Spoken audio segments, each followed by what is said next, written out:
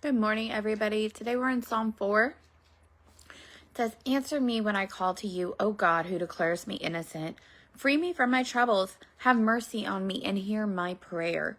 How long will you people ruin my reputation? How long will you make groundless accusations? How long will you continue your lies? You can be sure of this. The Lord set apart the godly for himself.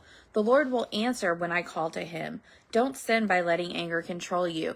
Think about it overnight and remain silent. Offer sacrifices in the right spirit and trust the Lord." Many people say, "Who will show us better times?" Let your face smile on us, Lord. You have given me greater joy than those who have abundant harvests of grain and new wine. In peace I will lay down and sleep. You alone, O Lord, will keep me safe. Again, we're in Psalms with David. He's on the run from so many different people. He has tens of thousands of people surrounding him in the previous chapters. But here he's saying that when he calls on God, he knows, he has that faith that he's going to answer him. And that it is God who goes before him and fights his battles, who declares that he is innocent, who frees him from troubles, who keeps him from worry, who keeps him from anxiety. He knows that if he prays, that God is going to have mercy on him, that he's going to hear his prayers first and foremost.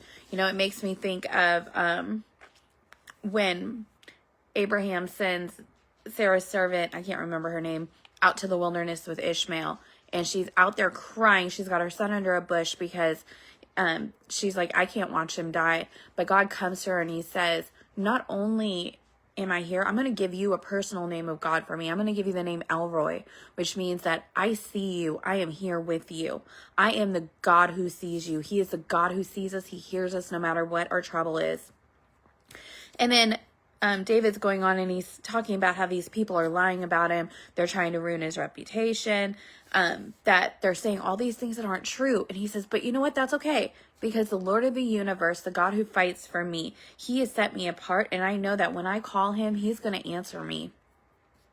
And that he's also saying that he's not going to sin by letting anger get a hold of him.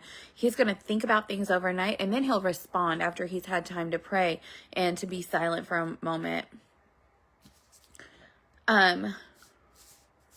He says that there's also people who's like, hey, show us a better time. We'll come and we'll be with you. But the Lord smiles on us. He shows us his grace and his mercy and his goodness. He shows us his kindness unending. And he says that you alone, Lord, have given me greater joy than those who have an abundant harvest of grain and wine. And in peace I will lay down and sleep because you alone, O Lord, will keep me safe. How amazing is it to know that we have a God that is always before us, always fighting for us. He gives us grace. He gives us mercy. He gives us blessings. And he is there keeping us safe in everything. And I don't know about you, but I've had this exact situation in my life. And even recently where things were said and I was like, God, this isn't true. This is a flat out lie. And God said, be quiet. Just sit and pray about it. Stay in my presence.